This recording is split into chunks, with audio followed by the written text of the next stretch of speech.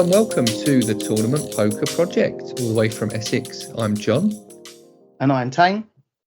And we are two poker enthusiasts, I think it's fair to say now, on our journey to get good enough to play in the World Series of Poker. And we're doing all right, aren't we, Tain? We are not doing too bad at all. We both had quite a nice deep run. It weren't a bink or anything huge. It wasn't the money. In fact, I don't think I even quite made my money back, so I had 3 bullets. But we both went deep in some big tournaments. That was an exciting. What was that? That was just before New Year's Eve, wasn't it? Yes, was it the Sunday or? Yeah, something like that. My one was nearly 7,000 runners, $22. I had a few bullets and came round about 200th, which I know is not like, wow, you're nearly at the final table, but I was pretty chuffed to go all the way down to that out of 7,000 runners. That felt good. And Tain? And if I remember, like the $20, the standard of the field was of no particular importance. You didn't feel at your depth. You didn't feel that playing a $20 was. No, I don't think so. All I would say is that once we got down to like 200, 250 players left, it might have just been me changing, like my mentality changed, but it felt like suddenly it was a harder game. It didn't feel like you could open with anything GTO because it felt like you'd get pushed all in, or and then I suppose you're supposed to just call some of the time, but yeah, it did feel difficult, but that was maybe just more my mentality at that point, feeling a bit monsters under the bed, feeling a bit like I just want to get further instead of just playing the way I know I should play. Yeah. But what about you? Because you've got a really impressive result. What did you get? Again, yeah, I did cover my buy-in. I think I won about $40, but it was only a $2.20 buy-in. So normally, that's 100 times. Is that right? No, I can't do simple maths now. It's about 20 times a buy-in, which is pretty good by like a normal sit and go standard, which is what I'd do. But it was a 12,000 runner, huge thing. 12,000. And I think it was a part of the same New Year's event that Stars run. I think your tournament was the same. And got to 33rd. That's incredible. I mean, so talking about the size of the field there, looking at the main event, that's what is that usually, like 10,000, 12,000 runners, somewhere around there. Yeah, it's pretty big. So like you'd be on day 8, if that was the main event. That's day 8, Tain. You'd be absolutely yeah, you'd be writing home to mum. That's it. Like I'd be really interested. I'd be really interested to see if the standard was as, I don't want to say as bad, because there's 12,000 players there. There's probably some excellent players. There's probably some good players. I did often feel like I was one of the best at the table, and that it's rare that I should feel that way, because I tend not to want to. I feel a bit arrogant, shall we say, or I don't like thinking that I know that what people are doing are mistakes. They might have their own reasons for doing that, and they could be good reasons. Yeah. So without sitting there and properly exploring their play to say it's bad, but because we were playing for hours and I was playing for hundreds of hands against certain players, you do start noticing just tendencies. They're as soon as it gets to the turn, they're too honest. They just always got it if they're betting, and they're not if they have. If they just call you, they haven't. Just little bits like that and picking people off. But I was going to say, like on it, the thing is, when you're in a softer tournament, lower stakes tournament as well, there's a chance that like other good players are just adjusting heavily for the fact that they're playing soft players. So then you're kind of watching them thinking, what are you up to? That's not GTO, or that's not right. But they're just massively changing their strategy to exploit. So it's difficult to know who's who sometimes. I mean, the only thing I'd ever put my hat on and say, look, if I start seeing that a lot, the standard is low, is just limps, open limps all over the place, especially when there's no good reason, where you're sitting there 50, 60, 70 big blinds deep and they're still open limping, and you know exactly why they're doing it, and that's the thing. They're doing it because they want to play 8-7 offsuit. For some reason it's connected and they love it, and they can't bear to fold it, but they know they can't raise it because it's trash. So they'll call, they'll just limp, and then they can't work out why me sitting behind them on the button picks their game apart completely, like, because they don't realize how capped it makes their range as well. It's just delicious, you know what I mean? Because they'll call raises. That's the problem, because they've committed money from early position. I'll raise it, something simple like 2.5 times big blind. They'll call it. They will always call it. They won't think I shouldn't have been in this position to start with, let's fold. They'll call it. All of a sudden they've committed even more chips to the pot. They're out of position, terrible hand, and they haven't got any part of the top part of their range. It's completely missing. And I have all of the top part of my range, and you just dominate that kind of pressure on them. They can hit, unless they hit an absolute magic straight, you know, they hit 4, 5, 6 flop. Anything else, they haven't got a clue. They don't know what they're doing. But anyway, I digress. So you've got a couple of hands for us. So, and these are hands from that very deep run. They are. That's exciting. So do you know how? So we've got a hand that we're going to look at first, where you're playing. There's a 6-handed table, and you're in kind of a middling position. You're in the hijack position. So how deep were we at this stage? This is 1,000, 2,000 blinds. Okay. Which is probably around middling. I'd say we might have cashed at this point, but because it was such a massive field, it's not as straightforward. We might be a little bit off the money. In fact, looking at that, I remember the money being closer to $1 million in chips for everyone. So what did we start with? Did we start with 50,000? So no, we would not be on the money. So this is a bit earlier. It's a bit earlier. Okay, fine. So we've got, obviously, the blinds go in, under the gun folds, and then we are next to act with King of Spades, Queen of Hearts. Our M value is roughly 30, 35. Pot at the start is 4,500. We're on 178,000. So, I mean, this to me, it's just all day long. We want to open. How much to open? I would maybe go almost 3 times the big blind, because you're not quite on the buttons. Maybe a bit smaller, maybe 2.5. So that would put maybe 5,000. So what do you do here? So yeah, I've got a very standard raise without any other information. My raise from early would always be 2.1. And then that's interesting though that you'd class, because I was thinking about this the other day. Like, it's interesting you class this as early position, although it's under the gun +1. It's also the hijack, which it's more the people behind. At this point, I've still got 4 to act, so I'd always bet small so that it's easier for me to face up against a check raise especially if I'm going to be out of position. Not a check raise, sorry, a free bet. And it gives me more opportunity to check raise because the SPR is low. Funny how when you said check raise, I just knew you were talking about 3-bet and didn't even question it. I did mean 3-betting.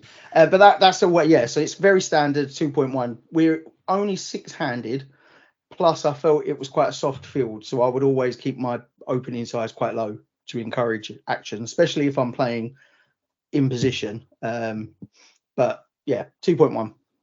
I'd do that no matter what my hands, no matter what the position. I like the logic. Okay, and what happens after that? So everyone folds apart from the big blind, I take it. So what happens with him? He folds as well, win the hand. How's that go? No. Everyone folds. Well, that's how you do it with King Queen offsuit, everyone. Just 2.1 raise. But no, okay, so he flat calls and we go to a flop. The flop is 8 of clubs, 4 of diamonds, Jack of hearts. So not really anything too straighty on the board. Certainly not a flush. the actions on the villain. And what does he do? Nothing special. Bit of a check. You'd expect that from the big blind. So do we see bet? Do we see bet? I mean, it feels like whose range is this? It's Jack with an 8. I mean, 6-handed. We've got to be raising quite a lot of jacks, I would say. But there probably are a few more jacks and 8s in villain's range, maybe. Yeah, this for me is a very mixed strategy board. I would raise it in some instances, just check it in some others, because it's that all we've got is overcards. We haven't got any flush. Well, it's rainbow anyway, but there's not even a backdoor flush that we can work with. And even if we hit one of our cards, that might be very beneficial. You know, if we hit the queen, that might have just made a straight for them. You know what I mean? It's a difficult position. So I'd lean towards a check to control the pot size, given that our outs aren't clean. But we might be ahead. So, but I would raise in this position in other times. Yeah, I mean, it's not straight. It's not a straight check. Yeah, I do. Fine. Check away. That is a definite position where 3 months ago that would have been 100% C bet. Like I just would have done it without considering what cards could come down and what that might mean for me. And I'd probably win enough of them C bets that I think I'm making the right play. So what are you thinking that might come then, and what do you think it might mean for you? What give us an example? So my strategy at this point is anything lower than say an 8, so 7, 6, 5, 4, 3, 2, anything like that comes if the ball pairs a 4 and we get another check from the villain, I might have the best hand and I might actually want to start value betting a little bit. I also want to protect at that point. I'd probably want to protect the fact that my king is a bit exposed. You know, if I am just playing high card, it could be that they've got an ace and I can easily get better hands to fold at that point. But I would want to see a second check from the villain. And it very much depends on the next card. If the next card comes an ace, I'd fully expect them to come alive if they've got an ace and check again if they haven't. And that would make it really easy to play as well. And then the king and queen, even if I hit, I'm playing quite cautiously. We'll see what happens. Okay, and I've just realised I don't think we told our listeners that the villain started the hand on about just 5M. So currently they've got 20,000 left behind and the pot is at just under 11,000. So they've got just under 2 times the pot. Ready to get it in. But then the fact that they haven't, it's considering I'm sitting there with so much more in front of me than them. If they had any part of it, they should be punting. And I don't think I picked up on that at the time because I might not have checked behind in that instance. I might have felt that was a good place to put pressure. It's a good point. You know, they've got an SPR of just 2. So your SPR playing here is 2. If they've got even middle pair, really, they should probably be going for this now. Certainly if they've got the jack, they should put it in, but they've checked. So, all right. So you're checking behind here. 2 indeed. And then the turn comes the jack of diamonds. So the board has pair. There's 2 jacks. There's also a second diamond on the board now. I mean, my first thoughts are, I think even less they've got the jack now. I mean, he could have been checking with the hope that you see bet and then he can just check raise you all in. If he did have a jack, it's a possibility, but it's even less of a possibility now that there's a second jack because there's less of them that he could have. So villain then bets 4,000 into the just under 11,000 pot. So just over a third pot bet. Okay, well now we've got a decision because it did feel like he didn't really have any of this. I had a clear strategy at this point and I was very disappointed in myself. But I want to see if you agree with it. So my rationale here was to float this bet because it's relatively small. And if I do hit a king or queen, plus king high might still be good. You know, I've got good showdown value if anything good comes on the next card. But I was basically saying to myself, if the river's a brick and they check, considering they bet, say for instance they had jacks, if they're betting in this position and I call, I can't imagine any time in the world that they'd then try to slow play that on the river, hoping that I'd bet into him. I just can't. I don't understand why that would be a good play. I've called that bet. They'd size up, maybe not huge, or even keep it small, and they'd bet again, trying to get that extra value on the river. They've got no reason to believe that I wouldn't call a bet on the river if I'm calling on a brick. That was my reasoning, and that is when I would put a bit of pressure on them, do a good size raise, and see if they're willing to go all in if they checked a brick. But then, that was my strategy. So I was calling this. I didn't see any value in a raise because all that's going to do is clear out the hands that I was probably beating already, and keeping everything that's beating me. Even a pair of fours is going to be beating me if they can see through my raise. And if he's got a 4 or an 8 in his hand and he's got 2 pair now, would a jam get him off of that? Is there any argument for, well, we're quite sure he's not got the jack, he might have an 8 or a 4 and he's going for thin value now, bam, there's an all-in tournament life. Could he fold? If you were in Villain's shoes, you've just put in 4,000 to make the pot nearly 15,000, and you've got just over that behind. You've got second pair, or there's 2 jacks on the board. You've got, say, a pair of 8s, so you've got 2 pair, and then your opponent suddenly goes all in. Could you fold that? I mean, could we make him fold is my question. Yeah, so I was quite aware that my check behind also said that I didn't have a jack, or it made, if I did have a jack, it's a really bad one. So that, and given most of the bad jacks are in his range rather than mine, it could simply be that they're fully aware that I've not got a jack, and then a second jack comes, so they're going to take a punt, and they're taking a small punt, hoping that makes it look like, I've hit my jack and I want to get some thin value. Well, not thin value, I want to get some value, so I'm going to try to make it as small as possible. That could be the optics, and that means it's actually less likely they've got a jack. Yeah, I mean, it could just be he's got complete air and he's just taking a cheapish pop at, well, it's not that cheap, but he's desperate for some chips. He's seen weakness in your flop check and thinks, right, maybe I can steal this with a little 4,000 pop. All right then, so what do you do on the day? I don't mind a call, although I think I would probably favour just throwing this one away. I'm not clear on what he's got. Sure. But then equally, I could just jam it and, like I say, see if I could get a pair of 4s or pair of 8s off of it. I don't suppose you would be able to. So actually, a jam's not my favourite choice. I'd take that back. Either a fold or a call, I'm happy enough with. Okay, so you just call. Yeah, so calls.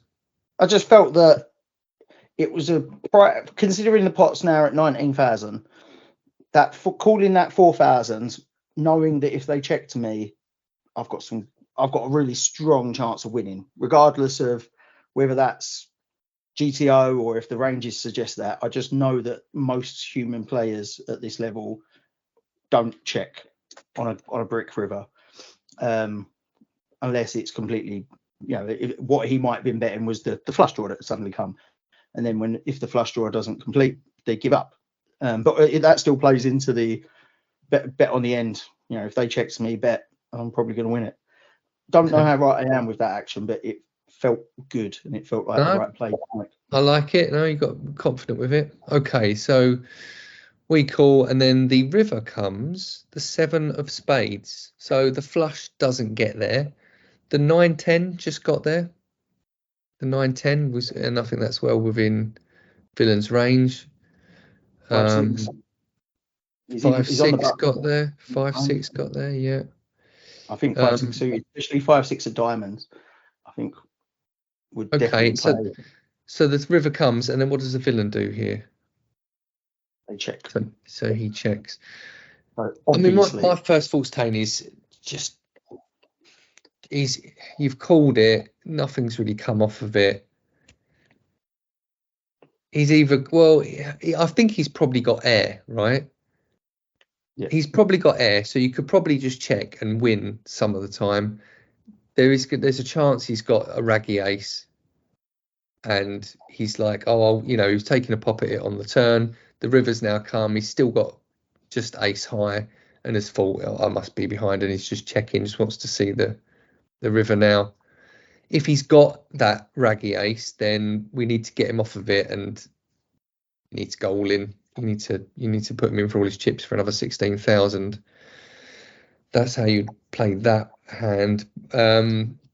If he's got an 8 or a 4, then I think he's calling. I think he's calling if he's got any piece of this, and he's probably even calling with a raggy ace by this point. But this is it. Like, my reasoning was up till this point that if he's gonna call with an 8 or 4, and this might be putting too much poker thinking into someone who might not be, much of a thinking player, but if you're gonna call that anyway, put the chips in and get your fold equity.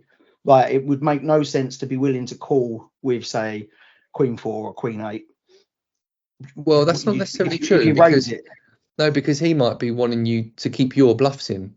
So he might be thinking, well, if I raise, then he's just going to fold anything I beat anyway, and call with stuff that beats me. But if he checks like he has, and you do bet, then he's kept your bluffs in, hasn't he?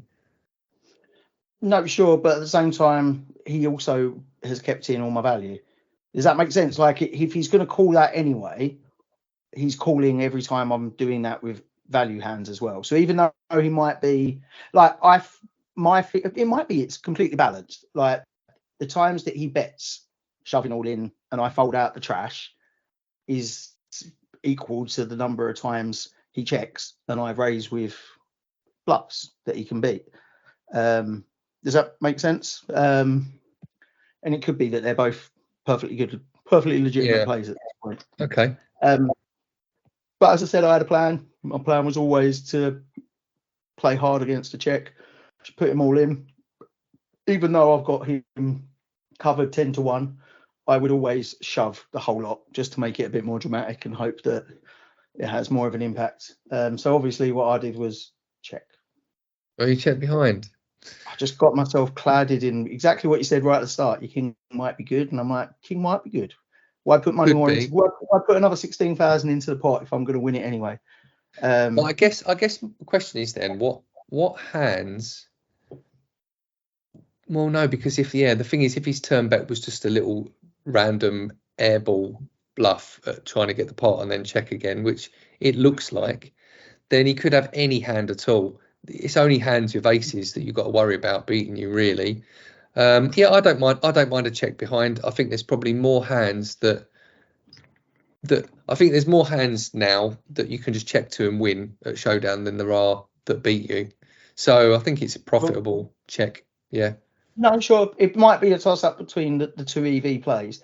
I feel that a bet in this position, like pot bet, well, shove, would get many more better hands to fold, and that's what I was disappointed at. I reckon most aces are folding.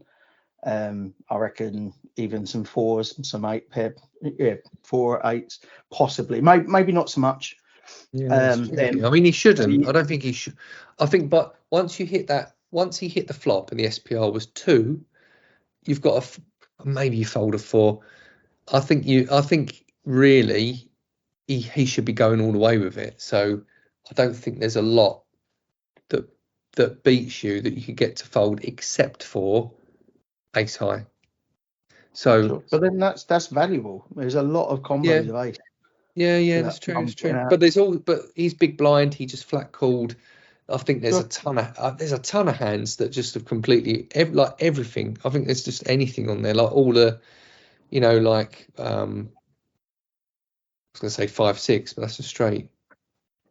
But all the queens, all the other kings. I mean, even things like there's loads. 10 queen.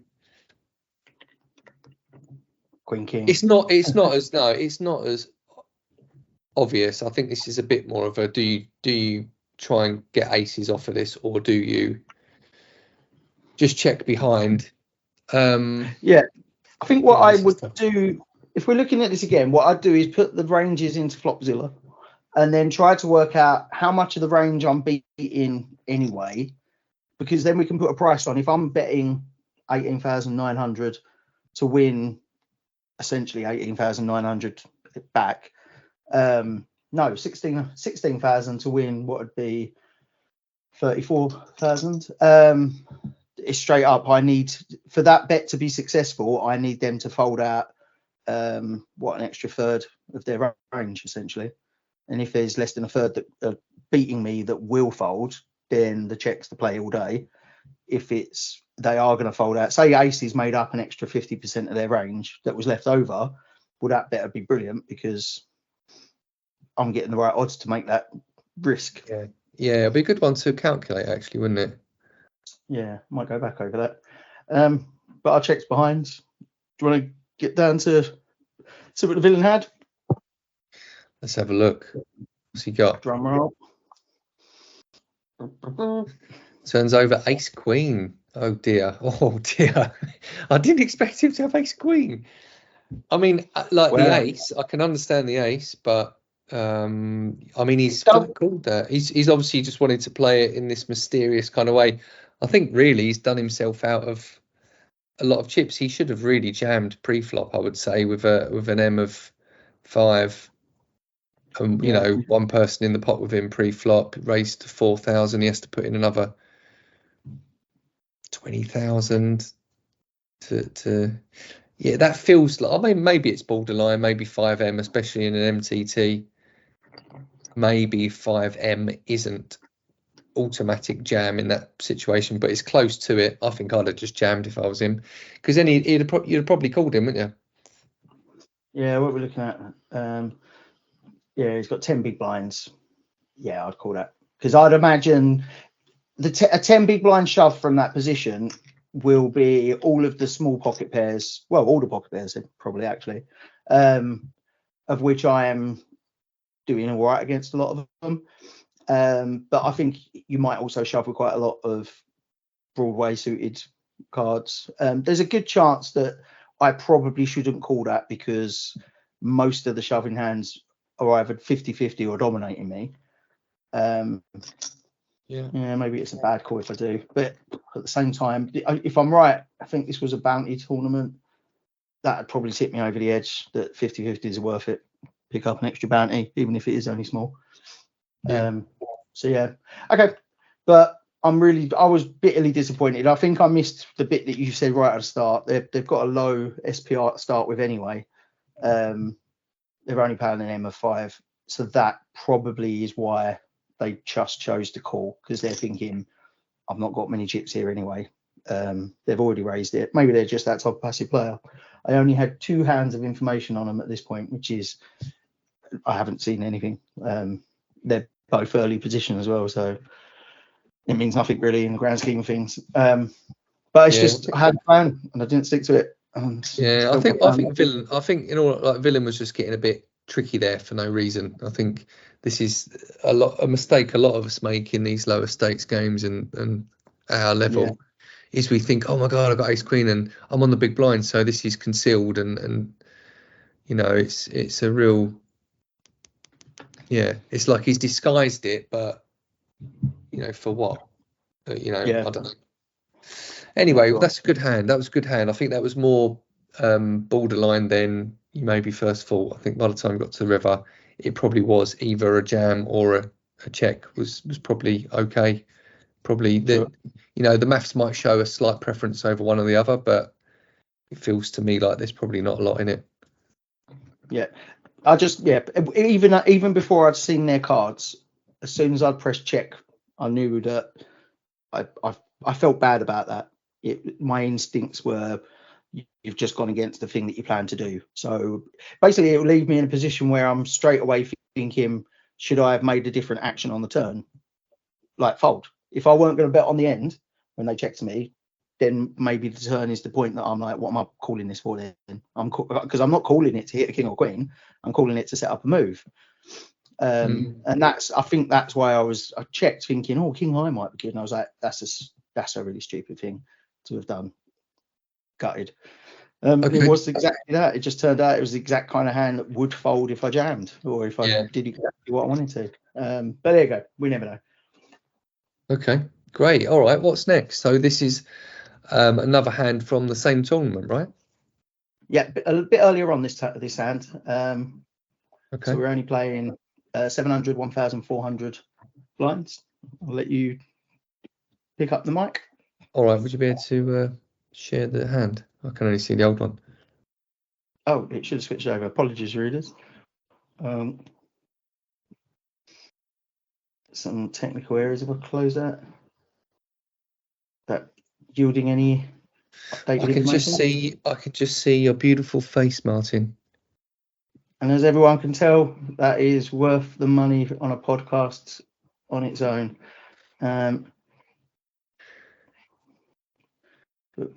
But also, not that it matters to anyone, I also left my job, so I'm not doing this on a work laptop anymore, which I'm doing it on my laptop. So I haven't got the Teams app and things like that. So I'm now sharing it raw from a browser. Are we in?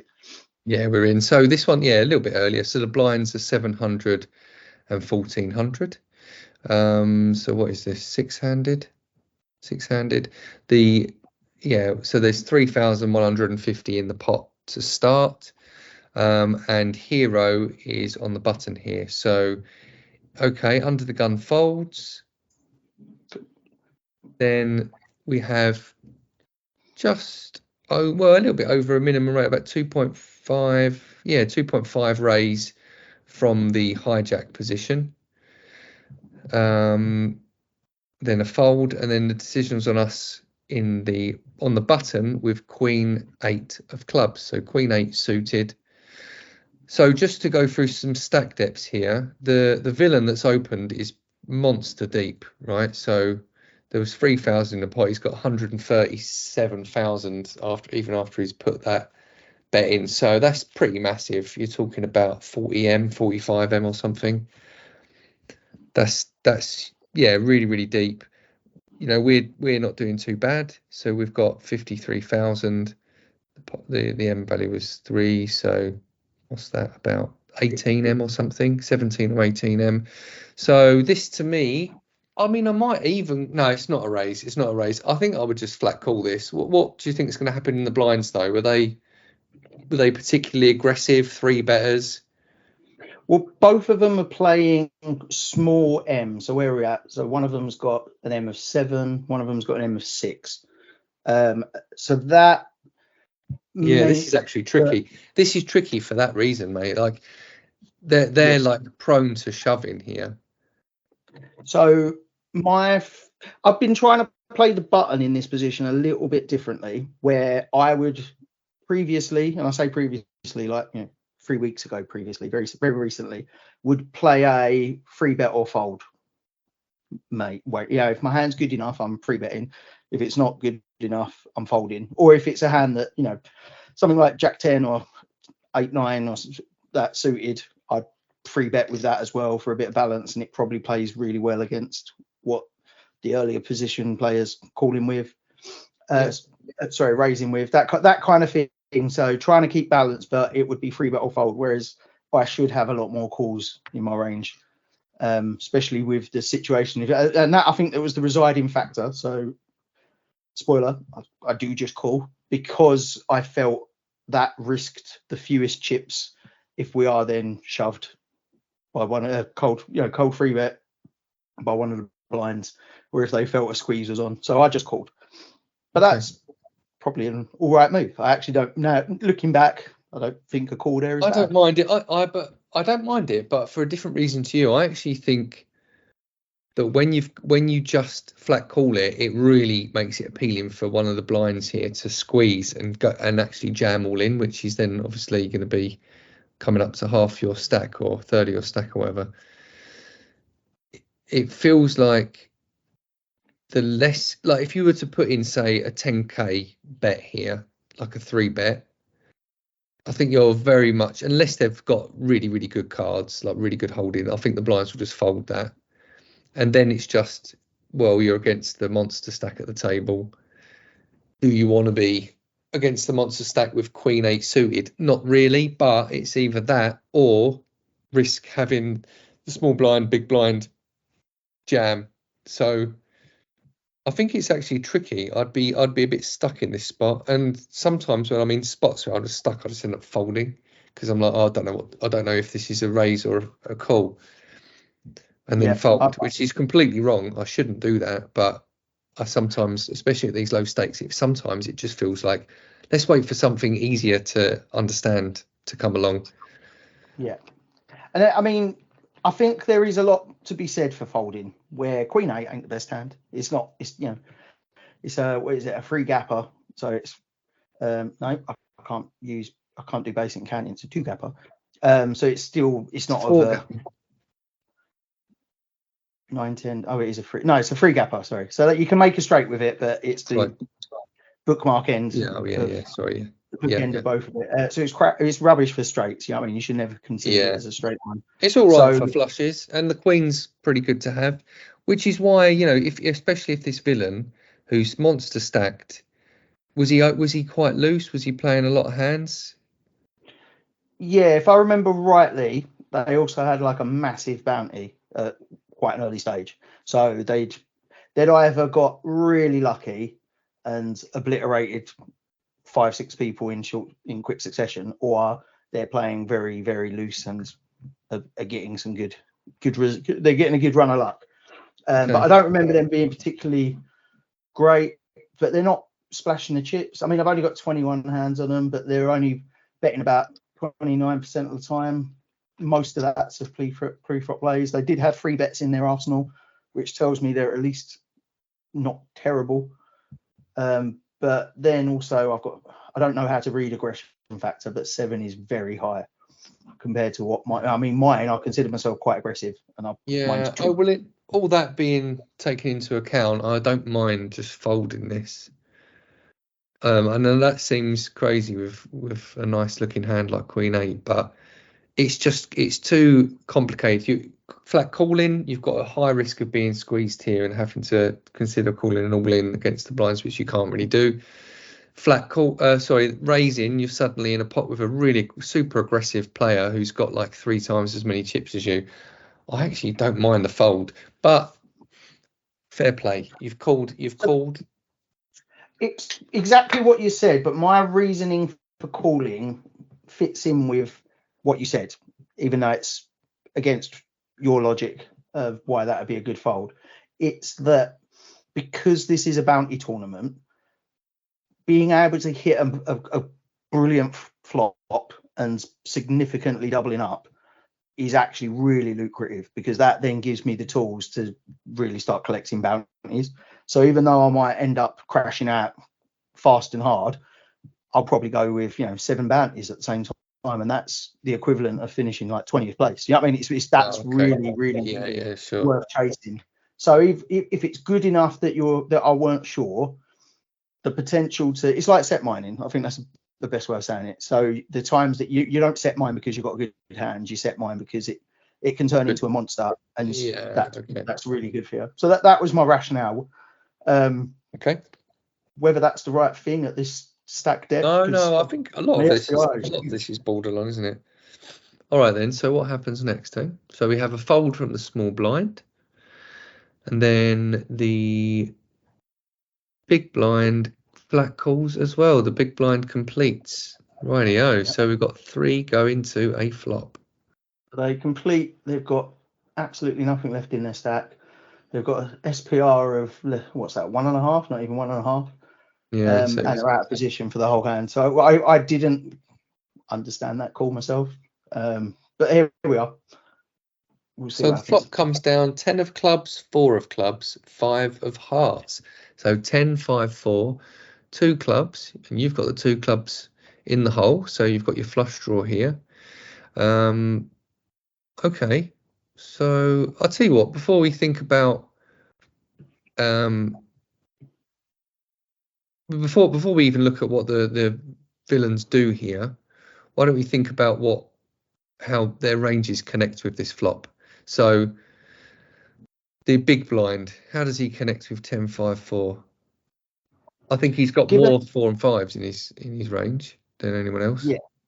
Given that they didn't shove, and they're playing the other two, they're playing two big stacks at the table, and one is an absolute monster stack where you'd probably be well placed to assume they've been calling anything. So if you had anything in even the top quarter of the range, anything going down to like ace 10 off, you shove him.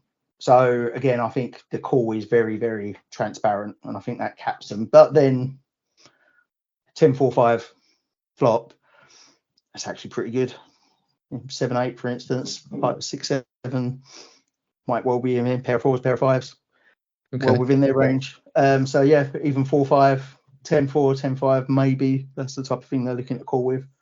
So I do think they've got all of the nuts at this stage, but given it's quite a dynamic board, I don't expect them to have the nuts by the river. I think things will, unless they're already playing to an exceptionally strong hand. Like for instance, they've got a set, and then the board. I don't think though, on a 6-handed table, if they had a pair of 4s or a pair of 5s, I think they'd be jamming. You've got I think they'd jam. I don't think they'd bother, because you wouldn't want to set mine in that position and have an SPR 1.2. You'd be like, right, I've got my pocket 4s or I've got my pocket 5s. Let's get it in. Maybe I can win it here and now. And there's like good dead money in the pot. Yes, it plays as a squeeze. It plays that there's a bet and a call with extra dead money for you to win with much less risk. So I do agree. Actually, I've changed my mind. I don't think he's got set, but he could easily have A4 or A5 or A10. He could have 4-5. He could have 10-5 or 10-4 suited. So he's got a fair bit of that potentially, but also a lot of stuff that doesn't hit as well. All right, what about the Razor, the hijack big stack opener who opened pre-flop? How does he connect with this flop? They've not been, even though they seemed highly aggressive, they've not been playing every hand they're dealt. In fact, I've been playing more hands than they were. So they are playing the hands that they should be. So their range is much tighter. I don't know how positionally aware they are. I've got their positional awareness as 0, but 21 hands is nothing to read into that. So I'd give them a decent range, but it would also include ace 10s, quite a lot of the pocket pairs that are above, jacks, 10s. But also, I think he could easily be opening with pocket 4s, pocket 5s, and pocket 10s. I think he's got all the sets. He's got all the sets. He's got all the big 10s, definitely. And given how short stacked the blinds were, he's actually quite incentivized to do a small bet to try to lure them into this free bet smash with these hands that it's exactly what he wants from a pair of 4s. He wants to get one of the blinds to jam over the top and take that 50-50 for what is quite a small part of his stack. Exactly. All right then. So what happens then? What's the action? So just on my position, my plan at this point was if it checks to me, I've got 2 back doors that I'm playing to. Sorry, 1 front door and 1 back door. Lots of doors going on, and that means I would definitely be betting, and it would probably be a big bet at this stage, because I'd probably go to do a big bet and then size down because it's multi-way. Because I don't actually have anything at the moment. I might not even be drawing to the best of it. So I was aware of that, but I would be betting. But that doesn't happen. So straight off the bat, the first to act was the big blind, and he bets 8,000 into the 12,000 pot, which is half of his remaining stack. So he's just chucked in pretty much exactly half of his remaining stack for a 2/3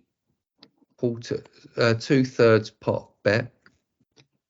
Okay, and then the original opener, the big stack, what does he do? He calls. He flat calls. So this was an awkward moment.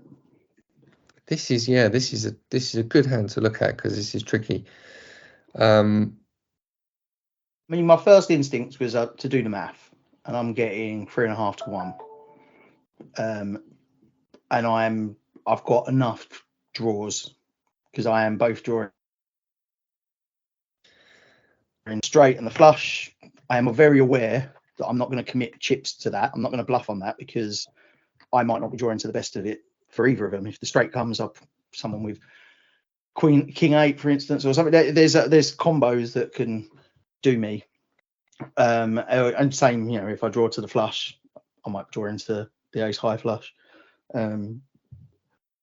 So it felt like I couldn't fold. I think the maths told me that even though my instincts are villain in the big blind has hit something really big, the fact that they haven't even bothered jamming is so significant to me. It really is, but my headache's more, do we call or do we jam all in?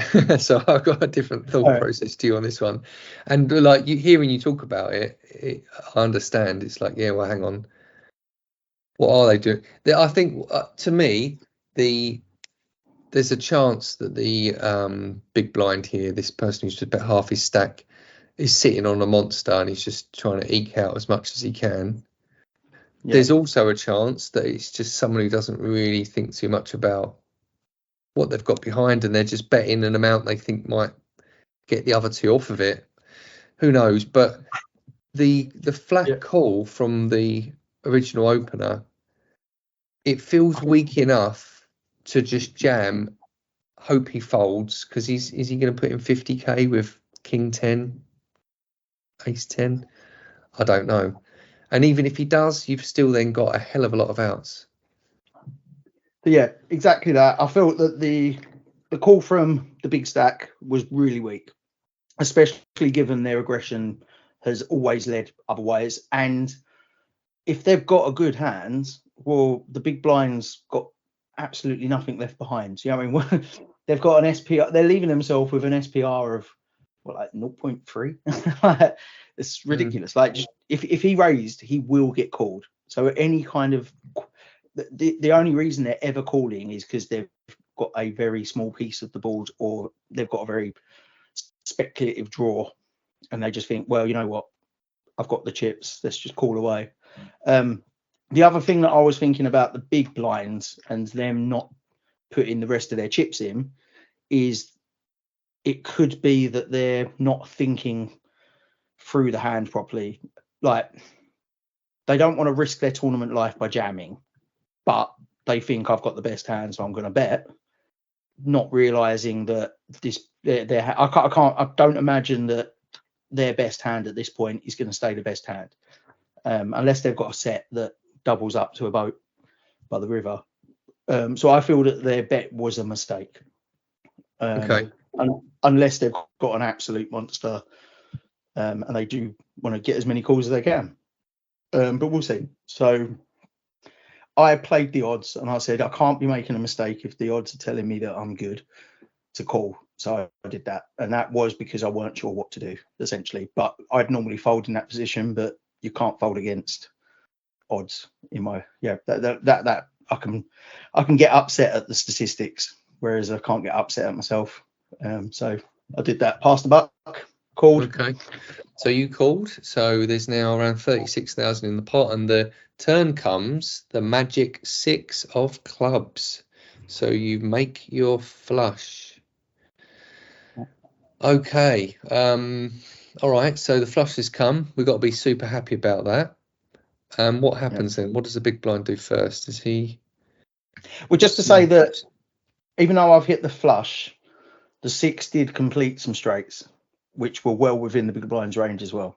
Yeah. So I was more than excited, if that makes sense, because even though there's 3 clubs out there, the villain's got the big blind's got so little behind. They're calling with their straight if they've got a straight.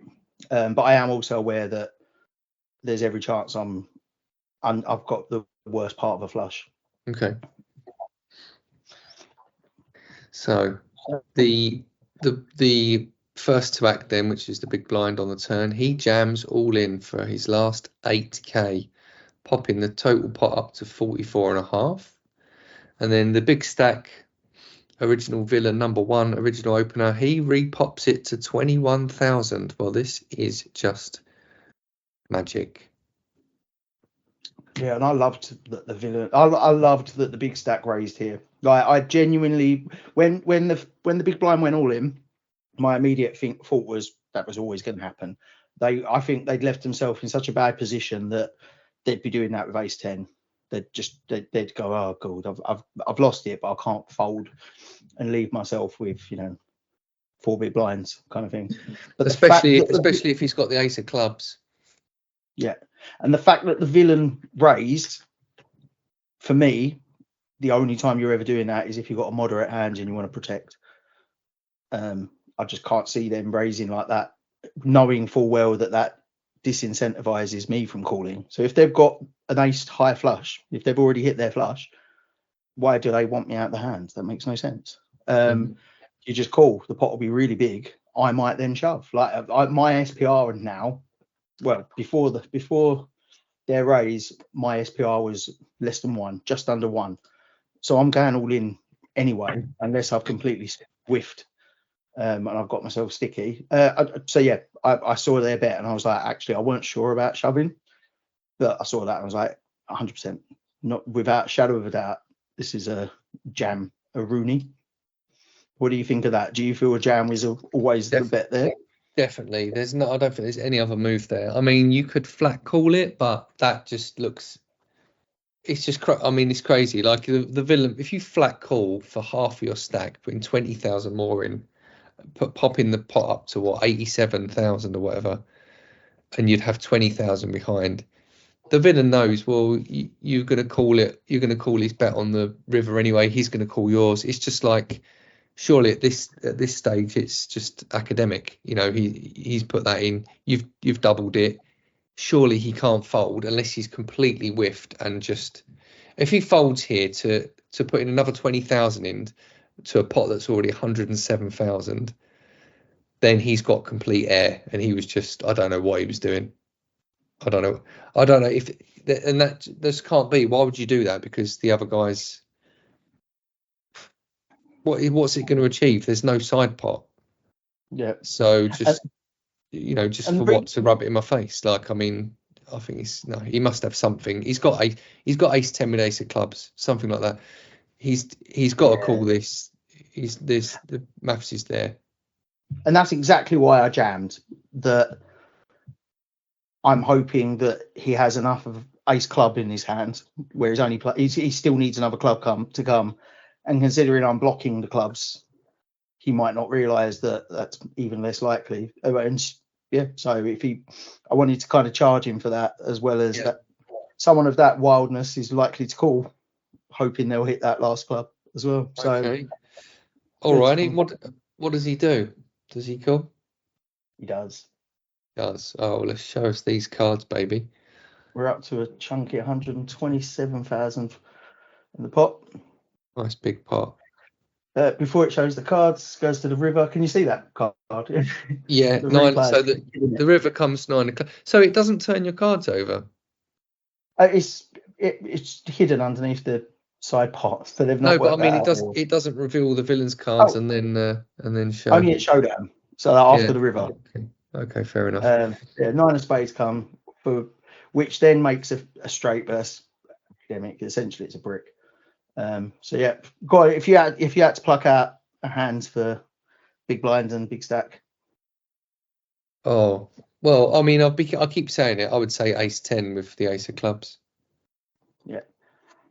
All right, ready? Drum roll. Ooh, not a million miles away. Pocket kings with the king of clubs. And then villain 1. Absolute. Okay. All right. Sorry. Yeah. Sorry, big blind. So let me just talk the listeners through it then. So the original opener, the big stack, who opened pre-flop, had pocket kings with the king of clubs. So from his point of view, he's raised pre-flop. Obviously, you would do that. He's just flat called the flop bet, which was obviously, now we can see that was him maybe just being a bit tricky and thinking, maybe he was being greedy and just thought, I'll keep the other guy in the hand. I know that when it's multi-way, pocket pairs and even over pairs do become less valuable, but at this SPR, I can't. Yeah, it feels like the mistake he made, he probably should have raised on the flop, but he didn't, did he? Well, he didn't charge me to see my draw. He gave me the odds to call. If he'd have raised even a click raise, a min raise, I'd have folded because I wouldn't have had the odds, even though I had quite a lot of combos that are going for me against two opponents, one of which, because I'd also factor in that the big blind is always going in. So I'd have to call that as well. Does that make sense? So it's not even just the big stacks min raised. If he'd have min raised on the flop, I probably would have folded, but also the fact that I'd still have to call the shove from the big blind, especially if like the club hadn't come. Like I would have always folded. So why he thought he would slow play and try to keep me in the pot was foolish. Like in fact, that's exactly what. Yeah, that's exactly why you don't do that. And he got to the turn. And what a weird thing to do. Like the flush actually gets there, and then he's like, right, now I'm going to go, now I'm going to start getting all the chips in and get the value in when there's a chance that, my opponent's got the flush now or even the straight now, like. Yeah. So I think that was bad play from the big stack there. And then the big blind. So let's look at it from his point of view. Pre-flop, he completes, which isn't the worst in the world. He's got Queen 10 offsuit. The flop comes 10-4-5. I would say that was a mistake. Sorry, just that his pre-flop, because he had such a short stack. I personally feel because it's offsuit, he either needs to fold it or jam. If it fold, probably. He should, because it's offsuit. It's not a particularly strong hand. Like he doesn't have the stack depth to get tricky. He can't push people off hands. So. This happens. He hits top pair. He hits top pair. He's then got to get all his chips in. He decides to do that in two halves. He puts half his stack and then gets the other half in on the turn. By that point, I don't fault his play really. I think he's hit top pair with a queen kicker. He's just got to get all the chips in. It is multi-way. It's more risky and there's less chance that's going to hold up. But he's kind of done it to himself. He's managed to get himself in a multi-way pot. He's got himself to a flop multi-way with a tiny SPR. So he's not done a great job of thinking about that. I think that's for that reason he should have jammed pre-flop or, like you say, possibly folded if he didn't fancy it. Yeah. I mean, the truth is, if it had jammed pre-flop, all that would have happened is I would have folded because he still would have lost to the villains, the big stacks kings. But that's kind of, that's hindsight. The truth is that I would have folded and it would have at least given him a much better chance of winning that hand than what actually happened.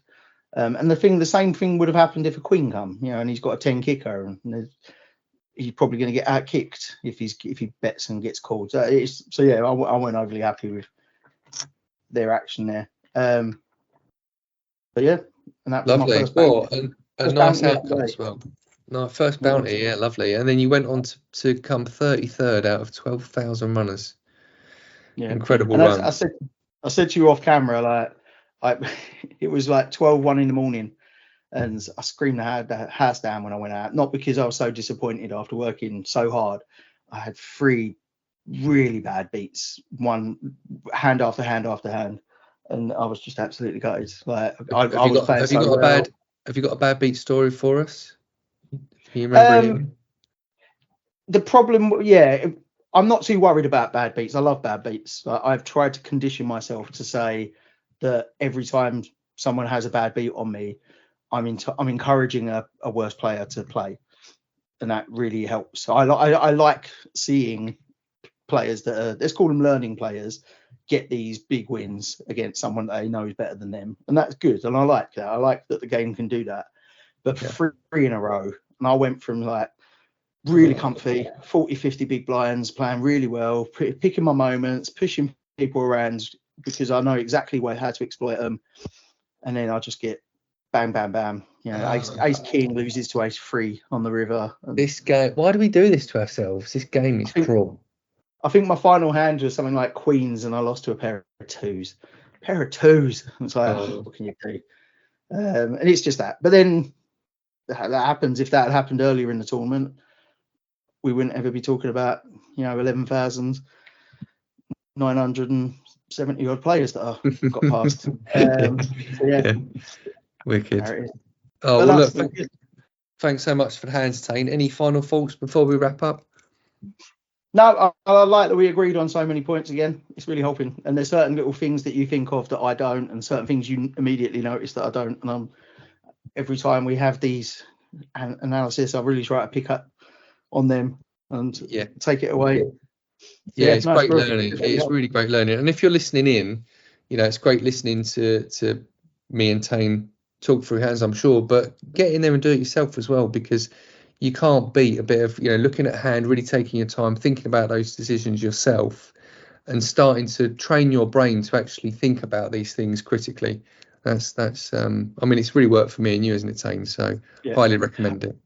Cool. And one thing I'd say, if anyone's listening and they are really early learning, I mean, they enjoy poker, but they're really not getting far on their journey, it's never going to work. But try not to look at the bigger stakes, the bigger stacks, like the bigger stakes, the bigger money, the big wins, and think, I wish I had them, because there's a lot to be said for playing smaller tournaments, but where you're at such a stage of you're a good player, you can pick them apart and you actually start being so confident in your play. It's really enjoyable.